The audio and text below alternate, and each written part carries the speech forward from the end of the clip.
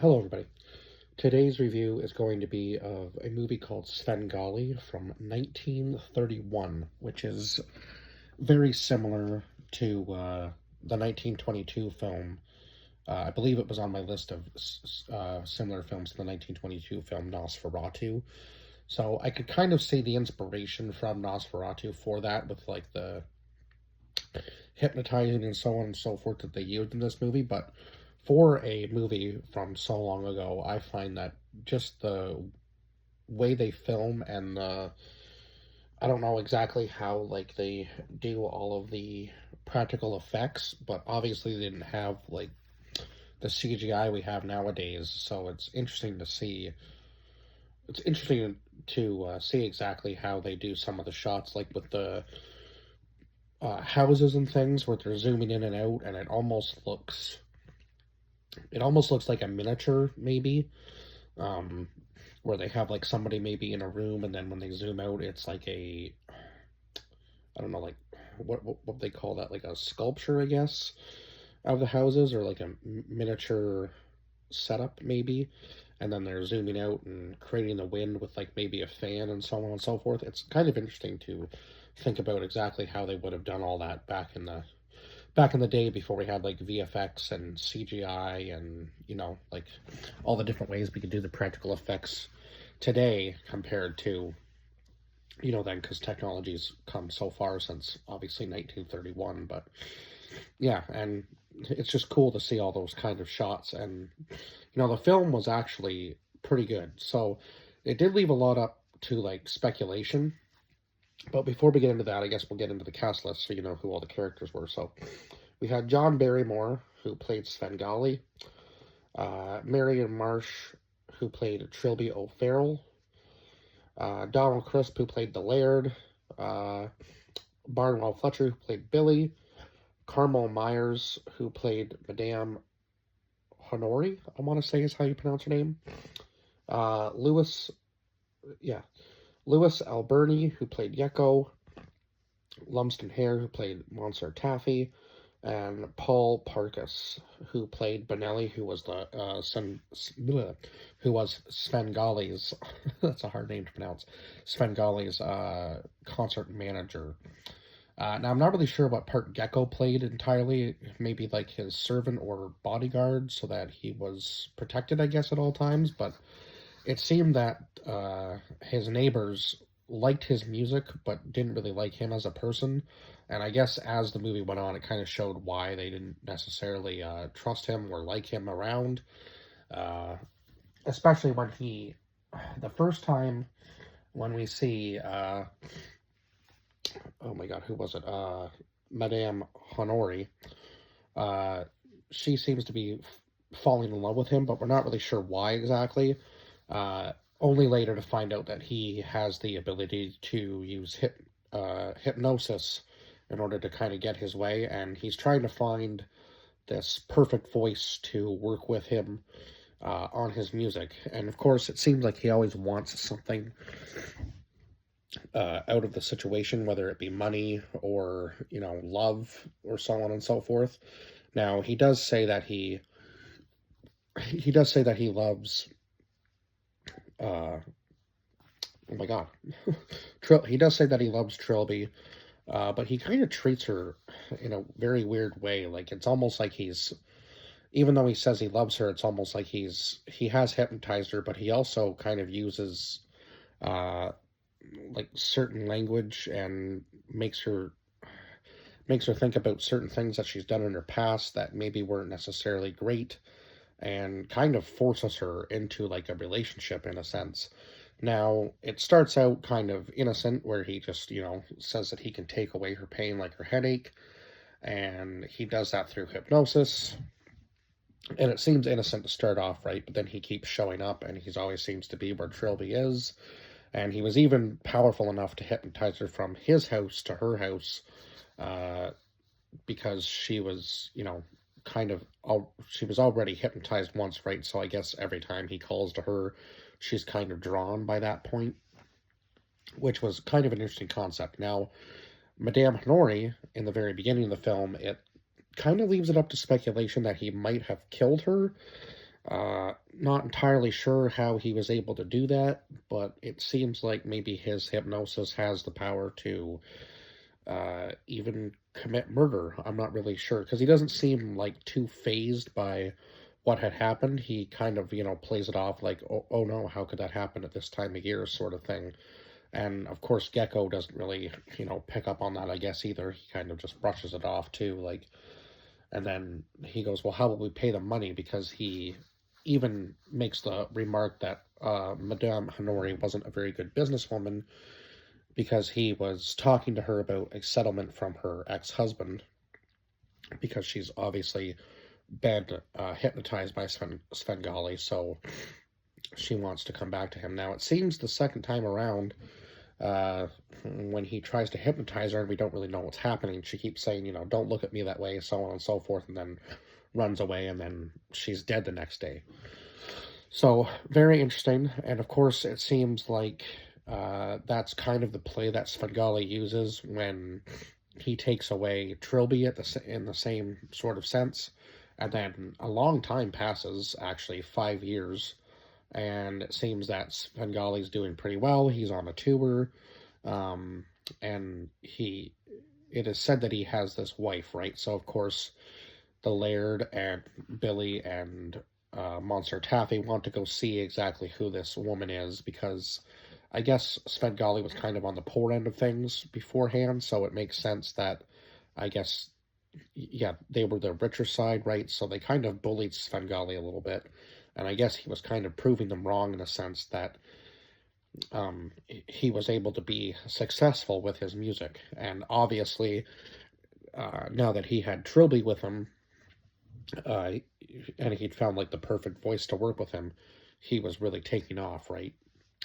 So that was interesting as well because when they first see her, of course, they kind of go, "There's no way that can be Trilby, right?" And then she kind of snaps out of Svengali's spell, and you can kind of see him in pain because he says to her the first time he takes her headache away that her pain, is in his heart. So I guess the more he, uh, I guess the more he takes on, the more pain he causes himself.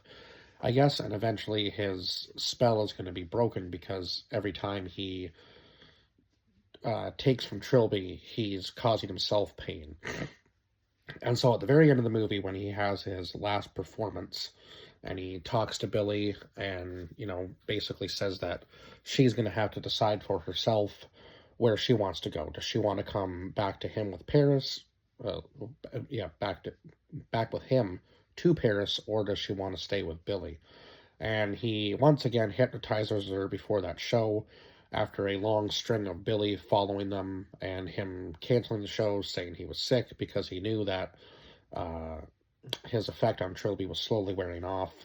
The hypnosis was no longer working as well as it should have, and no matter what he tried to do to, I guess, kind of like woo her in a sense, she always seemed to, uh, still have a heart for Billy, regardless of what Svengali did, whether he was buying her jewelry, uh, like, I guess, taking her on this tour, making her rich alongside him, sort of thing.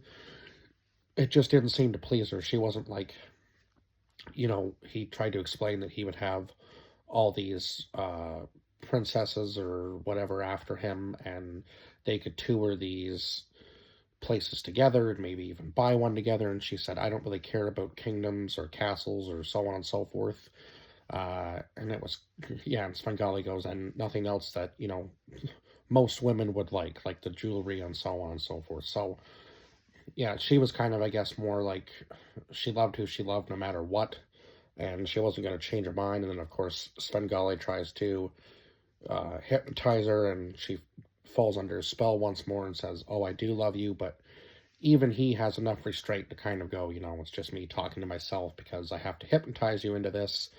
You're not truly loving me, which is unfortunate because you kind of feel for him, even though he's kind of a little bit evil in what he's doing. Uh, you kind of feel for him in the same way because it doesn't seem like uh, he's he's not really doing it I don't know. It's kind of hard. It's kind of a hard one to explain, isn't it? Because he is hypnotizing her, so that's not necessarily the greatest way to go about things. But he also has enough restraint to not do anything to her, uh, I guess, or with her when she's hypnotized, because he knows that it's his own doing. Yeah, he kind of explains it like he's talking to himself in a sense. It's a very weird concept. I guess it was kind of a hard one to explain. I guess when you're hypnotizing somebody, yeah, it's almost like you would be talking to yourself in that sense. So you're just telling yourself that you love yourself. And I guess maybe he's kind of, coming to terms with that he's a little bit selfish in a sense with bringing Trilby along, even though he may truly love her. It's kind of a one-way street, right? No matter what he does, he can't actually, he can't buy her love, so he has to hypnotize her into the love. So, yeah, not really the best route to go. And then going back to his last performance, when he's performing, it seems that after he's hypnotized her, it seems that he's taken away too much of the pain from Trilby and put it on himself. And I think just all the pain catches up to him, and he eventually just dies on the stage. And the way I saw it was that when he released, when his spell wore off, he took all the pain on, right? And couldn't bear it anymore. But he also gave some of the pain back to her that she had, had taken away from her over the years. So she also passes away, which is rather unfortunate for Billy because he was hoping he would have her back. And you could kind of tell that something was up when Svengali turns and kind of smiles at him, like you knew something bad was going to happen, but I wasn't really sure what. And I'm kind of glad I watched this film twice to kind of learn the characters and who they really were a little bit more, because I think if I had done a review after the first time watching this, I wouldn't have really maybe understood some of the things that happened. But yeah, it made a bit more sense now. But I have to say that I don't think there was any other music besides what Svengali actually played in this movie, to be honest. And that's kind of a cool concept to have all the music, uh, like it was like all the music was live music, whether he was playing in like a house or on the stage and so on and so forth. So yeah, it was kind of cool to see that in a such an old movie, because there aren't very many movies that have the soundtrack where it's just somebody is actually legitimately playing the music. So cool to see that in there. And just, yeah, some of the shots that they used and the lighting on the eyes when they changed for Svengali when he was like hypnotizing, uh, when he was in his hypnosis state, was very interesting and very, very creepy. He kind of had like a creepy look to him anyway, like with the long slick hair and the very straight pointy beard. Like he was made to look kind of like an evil, uh, he was made to look evil, I guess, in a sense, but also he was kind of like a goofy, free spirit kind of character. So yeah, you almost felt for him in certain sense, in a certain way. I guess you could feel for his character because he seemed to be trying to do anything he could to prove people wrong, but in the same sense, he was going about it the wrong way. So I guess it kind of shows that everybody has like a little bit of a good and evil side to them, and you can choose to go down the right path or the wrong path. I think that's maybe one lesson this movie was trying to teach, and unfortunately, Svengali went down the wrong path and it ended up costing him his life in the end. So he could have maybe went about things a different way and tried to win Trilby over in a different way too, instead of treating her so poorly throughout the movie and trying to hypnotize her into maybe what she wasn't really wanting to do in the first place anyway. But yeah, I guess that's pretty much it. I've rambled on now, and I feel like I'm kind of just saying the same things over and over again. So I will cut this here and tell you that my rating for this movie was 8 out of 10. I did really thoroughly enjoy it, and I think I'm going to start watching some of the older films now if I can find them anywhere, except for some of them it looks like I might have to try to really search for on like Blu-ray and buy them, but I will do that. I will hunt them down and try to find them somewhere. So yeah, other than that, I guess I will see you guys in the next review. Bye bye for now.